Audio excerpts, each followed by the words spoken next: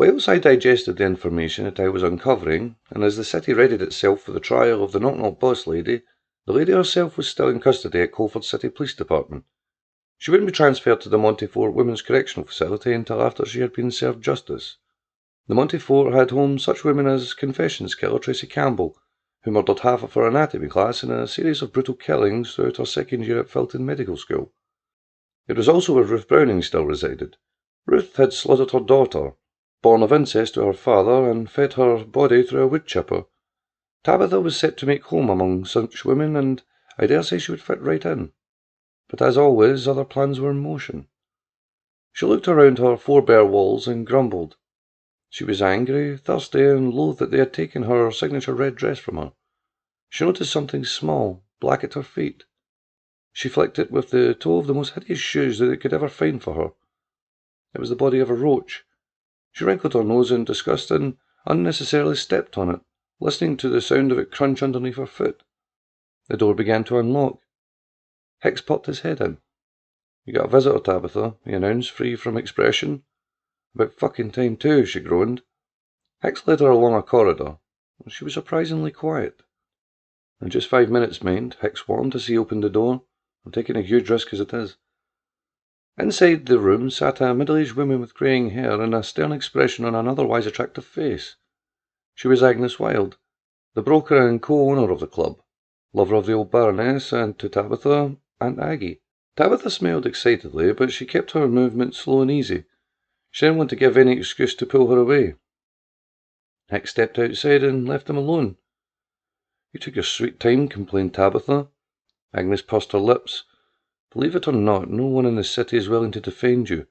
The lawmakers are shutting down and revoking license of anyone who even considers trying. This is a fine mess you're in. They're appointing someone of their own choosing." "So, who have they got?" she asked.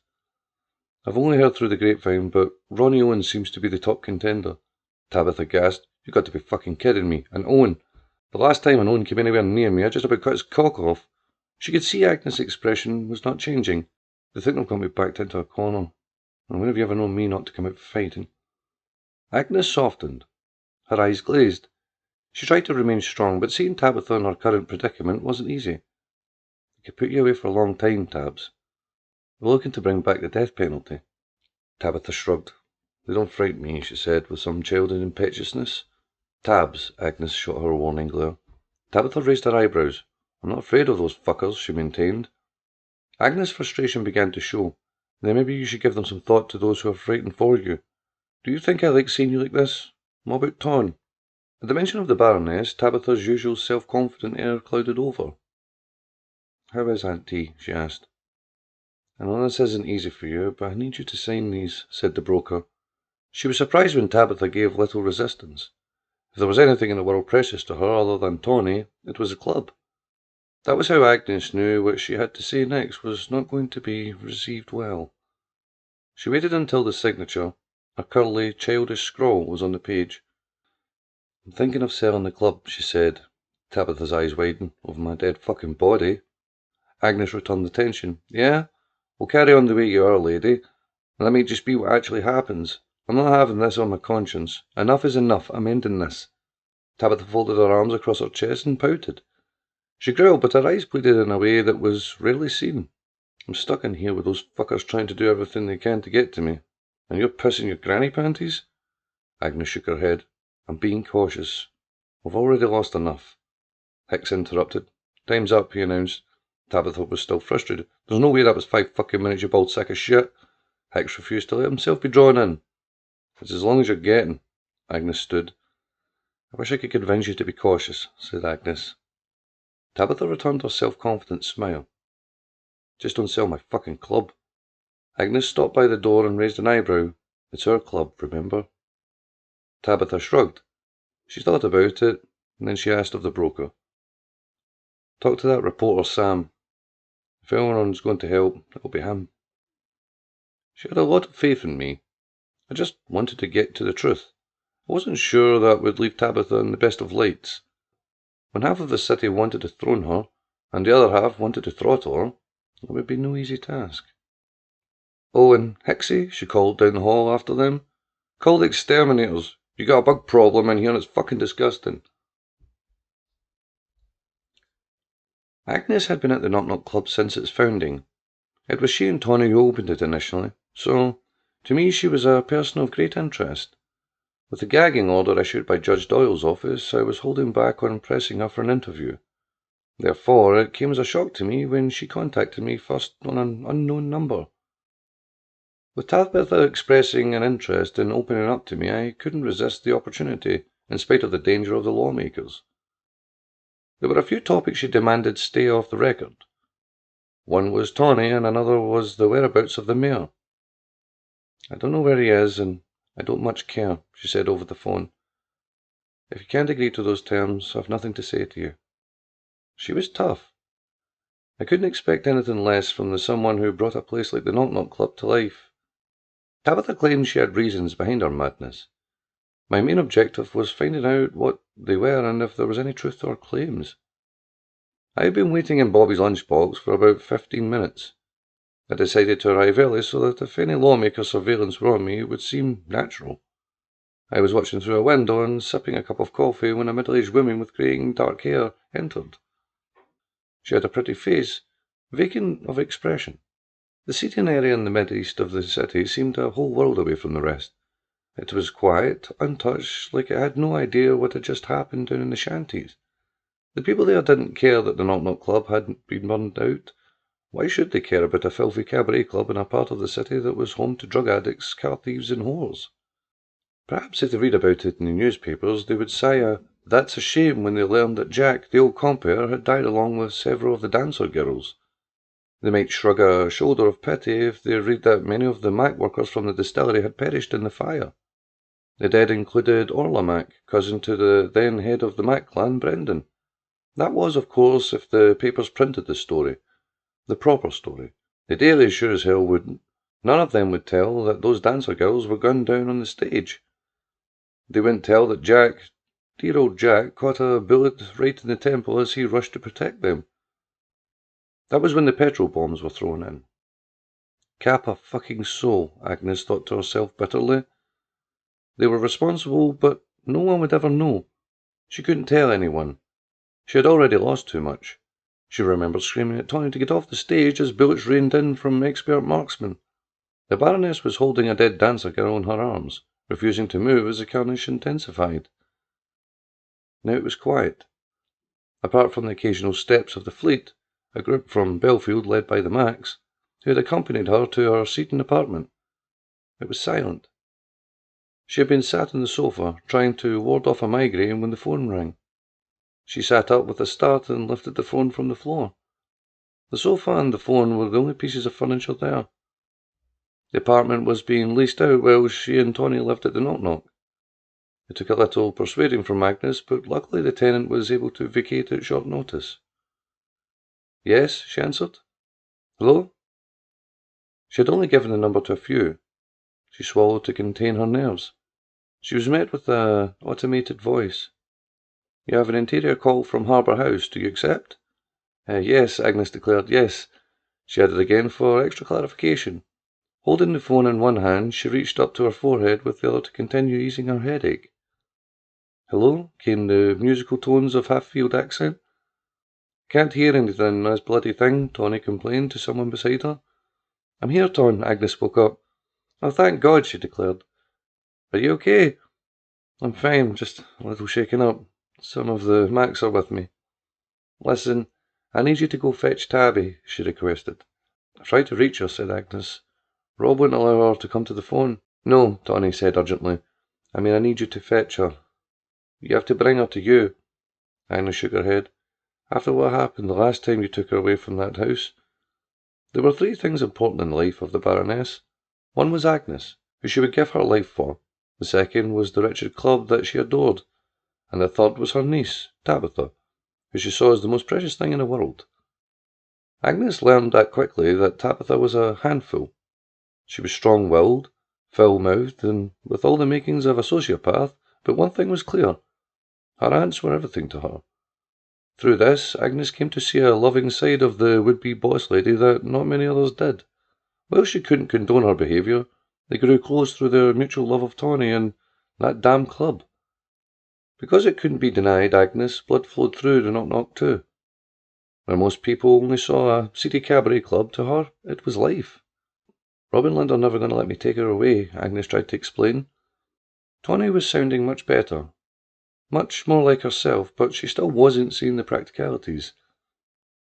Her worry intensifying. Please, she cried, you have to get her away from them. They will kill her. Offer them money if that's what they really want. Agnes sighed. They aren't going to murder her, Ton. You don't know that.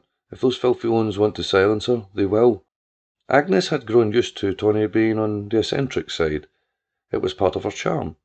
The broker was the sensible counterbalance, but given the lives lost already, it wasn't complete paranoia that was speaking. It wasn't outlandish to consider that something unfortunate could happen to the little girl. I'll go and speak to her and her parents, Agnes offered. When you see my brother, tell him I'm going to string him up by the balls, stated the Baroness. Agnes laughed. I'll be sure to let him know. As soon as I know that you and Tabby are safe, they can do whatever they like to me in here.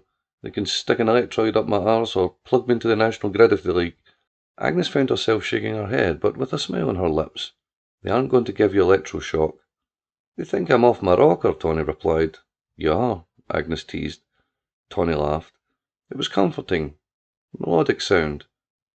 Maybe a little. A bleeping sound signalled the call was to end. Oh, come on now, said Tawny, away from the receiver. It looks like I have to go, she added, her voice coming back clearer. It's so good to hear your voice, Agnes. Migraine was starting to ease off. Recorded for quality and training purposes, Tawny imitated the automated voice. The phone bleeped again. All right, I hear ye, she said to it. I'll be in to see you soon, said Agnes. Bring Tabby with you, requested Tawny. Agnes' heart began beating a little faster. I'll do the best I can. It was all she could promise. Agnes had been raised in Filton. She returned to visit her brother Henry often, but it never felt like home anymore. Beautiful mansion homes were like fairy tale castles, but fairy tale castles could be oppressive, even to foul-mouthed, uncontrollable little princesses like Tabitha.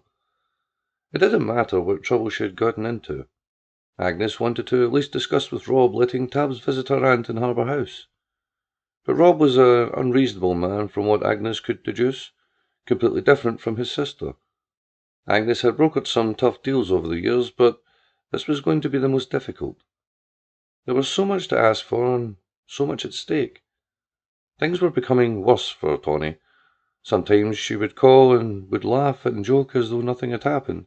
Other times she would sound so subdued and slurred from the medication that they were giving to her to keep her calm. Other times, well, she would just weep. Rob's home in Filton was a two-story building in a quiet corner. It wasn't as elaborate as some of the mansion houses. She didn't want to arrive unannounced with some fleet in tow. It would only be met with aggression, and deals aren't made easily with angry people. This required a sweetened approach, so she asked the boys to stay nearby. It was likely the Owens were watching. Last time Tawny had been at the house to check on Tabby, Rob and Linda had called the police. It was all Agnes could do to stop Tawny from going back and physically removing the girl with as many of the fleet as she could, when the official notice from Judge Doyle came through stating her petition for custody had been denied.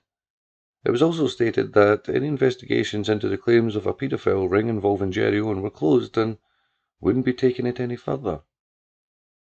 Trouble or not, no little girl deserved to be sold like property to sleazy old men as far as Agnes was concerned. Tabs was no angel, but she was like a daughter to Tawny, and for that Agnes loved her too, and would do anything she could to remove her from such a home life. As beautiful as the homes in the northern town of Filton were, it was in the grotty little cabaret club that Tabitha was safest and most at home. If things had been different for Tabitha, she would never have been without the love and support a troubled little girl sorely needed. As it happened, Doyle's refusal of the custody petition had been the beginning. She rang the bell, but someone had left the door open, having pulled it closed behind without locking. It lightly hit off the lock and bounced back open without them noticing. Filton was a safe area. People rarely locked their doors, but Agnes felt it a little strange to be left ajar. She didn't know if Rob and Linda had staff. Most Filton people did, but from what Tawny had said, they were merely playing posh. There could have been a little bitterness talking. Linda had lived in Filton her whole life. Her father was a driver for the Owens. The father was handsomely paid and led the team of drivers required to carry the family from point A to point B. Linda had even made friends with some of them. It was how Rob and Linda had come to know Jerry. Filton life suited Rob McKinney. According to his sister, to be hobnobbing with rich folk was all that he ever wanted. When he and Tony first came to the city from Hatfield Bay Island, they partied on bad terms. She went south to the shanties, busking for a supper, and he north, glass collecting in some of Filton's most exclusive restaurants, until opportunity presented itself with Linda and her family as they dined in Delphine, the finest looking cuisine in the city. They didn't speak again until an early morning call came to the club from Rob to tell her that she'd become an aunt. As Linda's family flocked around, he must have realised his sister was all he had. Agnes pressed the bell again. Its knell echoed inside the bell of the large house. A breeze charging through pushed the door open further. "Rob? Linda?" Agnes announced her presence with a light knock on the door. "Agnes Wild, I've been trying to call." She stepped inside a long, dark hallway, listening for voices or life within. There was none. "Tabs?" called Agnes up the large, open staircase for the Baroness's niece. She first made her way to the den. The television had been left on pause. The remote control was discarded on the floor. The cushions from the sofa had been cast across the room. Agnes' heart started to race. "Tabs?" she called out again. "Rob? Linda? I don't want to cause trouble. I just want to take her to visit her aunt. I'll bring her straight home," Agnes attempted, but there was no response. In the kitchen, a drawer had been pulled free of its resting place. A clutter of cutlery lay discarded on a shining, freshly mopped floor. Agnes clamped her hand to her mouth. Something had happened. The cold house had an ache of death about it. In Linda's dressing room, the wardrobe of expensive dresses had been left open. Some had been pulled from the hangers and they lay discarded on the floor. Tabitha was nowhere to be found. Now Agnes was really concerned. The door of the master bedroom was open. There were 3 bodies. The slim, toned, naked frame of Linda lay across the bed. Her ear had been ripped off. The bulky frame of Rob with a knife wound in his ribs had fallen on the floor. And there was a third Agnes didn't recognise. She had a knife wound in her chest. Without thinking, Agnes called the fleet in. They helped her dispose of the bodies and clean the scene to make it look as though Rob and Linda had simply gone on a trip.